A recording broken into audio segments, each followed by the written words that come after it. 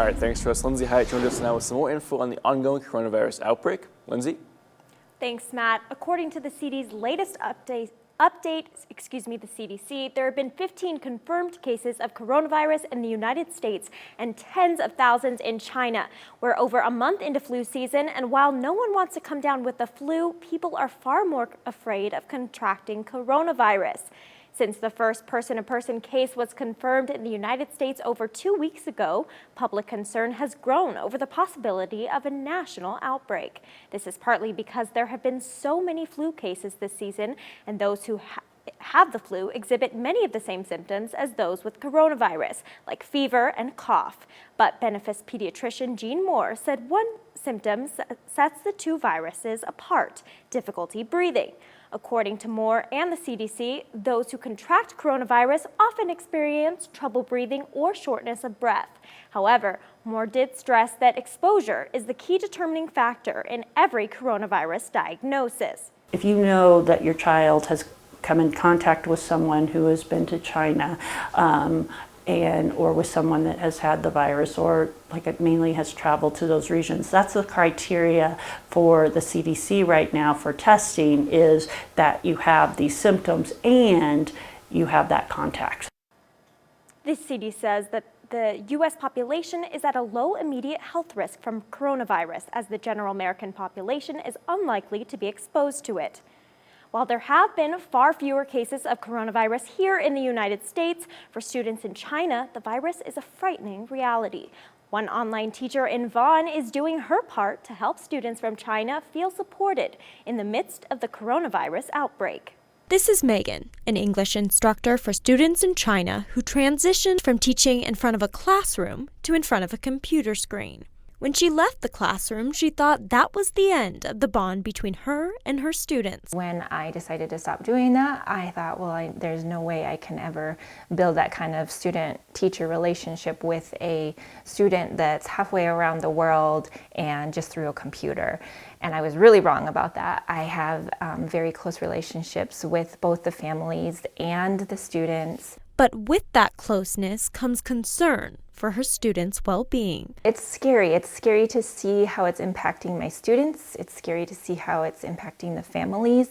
Some of the families, some of the parents of my students are in the healthcare field, and my students are missing their moms and dads, and they're worried about them. As coronavirus infections increase in China, schools have shut down, leaving many of Megan's students confined to their homes. They are, in most cases, in a small apartment, confined with just their family members. So you can imagine, after a snowstorm in Montana, we get cabin fever, like we want to get outside, and that's how they've been feeling, but they're in an apartment. Their school has been canceled indefinitely, so they are starting to take classes online. Hence the rise in online classes like hers. In addition to English, she also teaches them about hope. Number one, be a positive, exciting force during our class, trying to make it as fun and exciting as possible. By providing them a window into her world. It's their only chance to see America, and especially in Montana, because we lead such rural lifestyles. They just love seeing the cows and the horses, and just little moments like that has been a huge uplift for all of the families that I know. Megan says sending them photos and videos of our own lives can actually help improve theirs. As long as we can continue to provide some ray of hope for them, I think that can make even the smallest difference. If you'd like to send Megan students your support, you can forward e-cards, photos, and videos for the students to Megan through a link on our website. All right, thanks, Lindsay. Coming up, Montana Fish, Wildlife, and Parks is about to embark on one of the longest pronghorn research projects in history. We'll have the details after the break. By the Montana Television Network. The 5:30 news continues on Montana's news leader. Welcome back. This winter, Montana Fish, Wildlife, and Parks begins one of the longest pronghorn research projects in history. And in this week's Outdoor Report, Winston Greeley tells us how this study will help antelope. This winter, Capture crews plan to collar close to 500 pronghorn across Montana. This unprecedented study will gather critical information about pronghorn migrations and life history. There's a new emphasis on how they move within their habitat and even between seasonal habitats in terms of migration corridors. And that emphasis comes from the improved technology. And we can just see things from those kinds of data that we couldn't see before. This new GPS technology will allow FWP to study pronghorn at 8 different areas across Montana, increasing our knowledge to help conserve pronghorn in the future. It does provide everybody the context for where we can do some more habitat management, habitat conservation kind of work to make sure that those migrations and seasonal movements are conserved into the future. Another component of this study will look at why some herds do well and others don't. So there's all kinds of things that can be done to help manage migration and habitat. And really what is needed is so variable across the state that the people who live there, they know best what should be done. Identifying these variables will allow FWP to work with landowners and others to help improve pronghorn, not only at a local level, but statewide as well. What we're trying to accomplish is to facilitate local communities, local landowners, local land managers working together to identify the priority needs of what is needed to make sure that those animal movements are conserved into the future. I'm Winston Greeley. Well, according to the FWP, this study is expected to take the next 6 years to complete. As many cities in Montana look to take on new development, the MIDTOWN area in Bozeman should see some movement sooner rather than later. MTN's Gabby Crevitt has the story on what some of these infrastructure improvements will look like.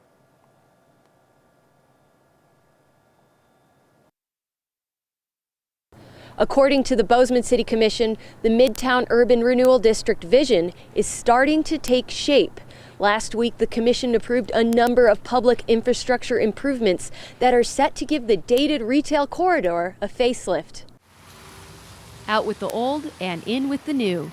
Bozeman's MIDTOWN, which is along North 7th Avenue near downtown Bozeman, is seeing lots of development. We want to change 7th from a car-focused, 1950s focus to a more 2020 current focus, which obviously still a lot of automobiles, but a welcoming environment. Last week, the Bozeman City Commission approved a number of projects, which includes improving the lighting, walkability, and landscape all around North 7th Avenue. It's a hub of our city, and the more walkable, the more enjoyable it is, the better it'll be for all of us. One of the major projects includes adding a festival street near the new Aspen Crossing development. It's a pedestrian street, a lot of restaurants, place to go and hang out. It'll be a real draw, I think, for more offices and apartments to locate along 7th. The commission says Bozeman can also expect to see a new multi-use path around the fairgrounds and improvements around the West Lake BMX Park. We want 7th to grow because it takes pressure off downtown. It takes pressure off 19th Street. We don't want it to be skipped. The resolution passed unanimously last week, and that means up to $5 million will go into these upgrades in the MIDTOWN area. And that money will come from city taxes within the Urban Renewal District. Reporting in Bozeman, Gabby Crevitt, MTN News. And we're back with a look at your weather forecast right after this. Now, here's your Storm Tracker weather forecast with meteorologist Russ Thomas. And welcome back. Hope you've had a very nice Sunday. Not a bad day around the state. Some waking up and seeing snowfall throughout the day. Others not so much. We're going to start off with a viewer photo. Dan Hassett sharing this. This is a great looking